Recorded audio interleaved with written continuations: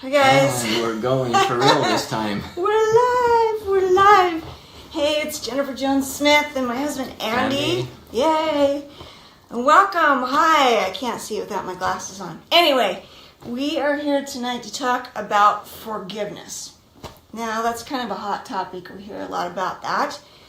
But my question for you is, when we are unable to forgive someone else, we struggle with that. Does that affect relationship with our spouse? I would say yes is the short answer. My essay answer is, so Hi, guys. it's like Tina, you get covered in this black, greasy, slimy stuff, right? And then you're supposed to walk through a crowded room, and every time you bump into somebody or even just barely brush against them, you get that black, greasy, slimy stuff. A little bit rubs off on them. So emotionally, if you're not forgiving, you're holding on to this negative stuff, this black, greasy, slimy, emotional stuff. And it doesn't matter if your relationship with your spouse is like as good as it can be. If you're carrying around some of that stuff, every interaction you have is just going to rub off on them a little bit. So, yes, if you're withholding forgiveness or not forgiving someone, that energy you can't help, but it's just going to rub off wherever you're going. Every interaction, it's just the way it is.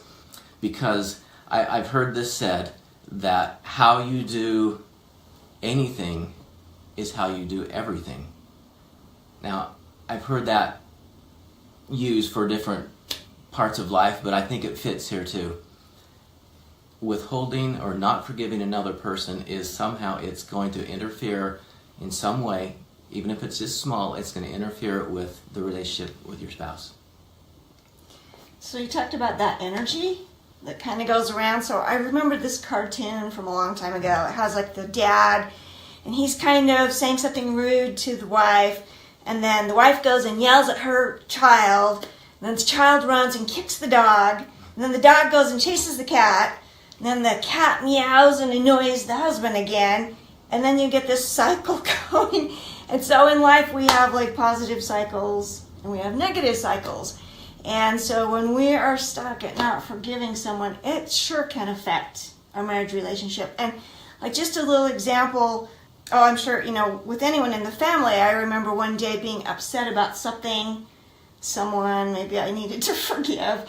And my son walks in from school and tries to talk to me and have the conversation. And I'm like, I just was in this bad mood.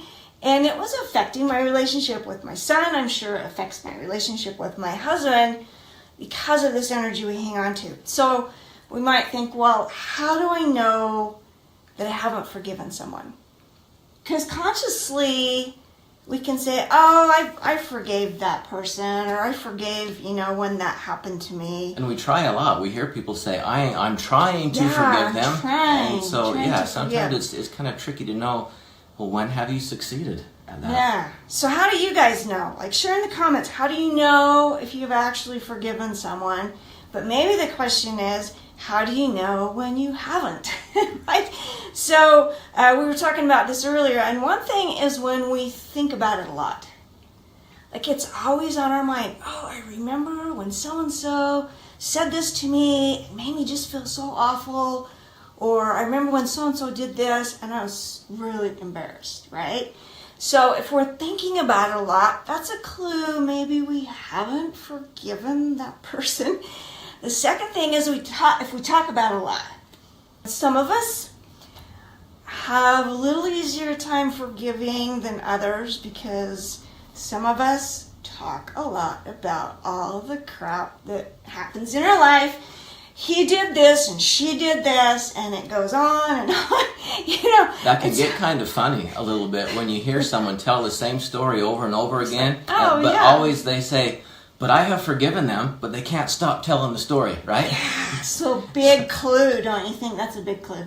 Is when it's a big funny clue. Yeah, it's a funny clue. You hear the story over and over. So another way is, and I can't even read my notes. Suppression.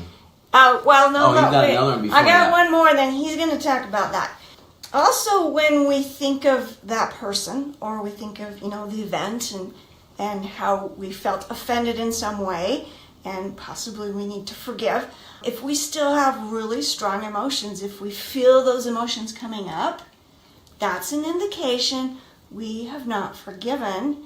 You hear the saying, oh, forgive and forget. And I always say, maybe we don't have to forget, because we learn things from life's experiences, from how we treat one another, and there's some valuable things we can learn there. But the big thing there is not hanging on to that emotion and just letting it go. Let it go, let it go. Let's sing the song. That's the forgetting part. Forget the emotion. You can remember the event, but let the emotion go. Forget that. So you're going to share the one other idea. How do we know if we've actually forgiven? So I know some people, they say, well, I've succeeded in forgiving this person for this whatever said or did. But this is kind of really subtle, because in your heart you feel like you have, but there's another element that you could just be suppressing instead of letting it go. So there's a difference. Letting it go means you have succeeded in forgiving, but some people, they suppress. And this is kind of hard to tell when that happens. But if you think that you have forgiven someone, but that emotion that was attached to that event, what they said or did, seems to keep resurfacing, like it's reoccurring. So like if it was anger or hurt or jealousy that you were feeling or towards that person. You said earlier. Ever been embarrassed? When those emotions are still resurfacing, even if it's unrelated things and people, if that keeps coming up, then that's a sign that it was suppressed and not let go, because it's still... So like if I was embarrassed over something that somebody said or did, and I think, oh, whatever, no big deal. I still like that person. I'm not going to, forgive them. That's fine. But then I find myself in situations with other people, and they say things, and they do things that kind of like bring up that embarrassment. Maybe not like full scale, but it's just kind of under the surface there. I feel it. Wow, like that shouldn't make me feel embarrassed, but it keeps coming up just a little bit. So that's a pretty good sign that you've actually suppressed it instead of really letting it go and forgiving. Another thought about forgiveness, I've realized that when we do that, when we're not forgiving people, either consciously or subconsciously, we're actually defining that person by that one thing. And come on, we all know, you're more than that, they are much more than that. We all have good in us. I mean, come on, really, Darth Vader, right? Darth Vader still had some good in him. And so we need to understand that we shouldn't. We can do better than that. Don't define people by that one thing, or maybe it's 2 or 3 things, whatever, but they're not really a big deal. Don't define people by that, because when we define people by those little things and don't forgive them, we're actually building this barrier that prevents us from receiving more good. So we're all here in this world together, interacting. The purpose is to bless and benefit each other's lives.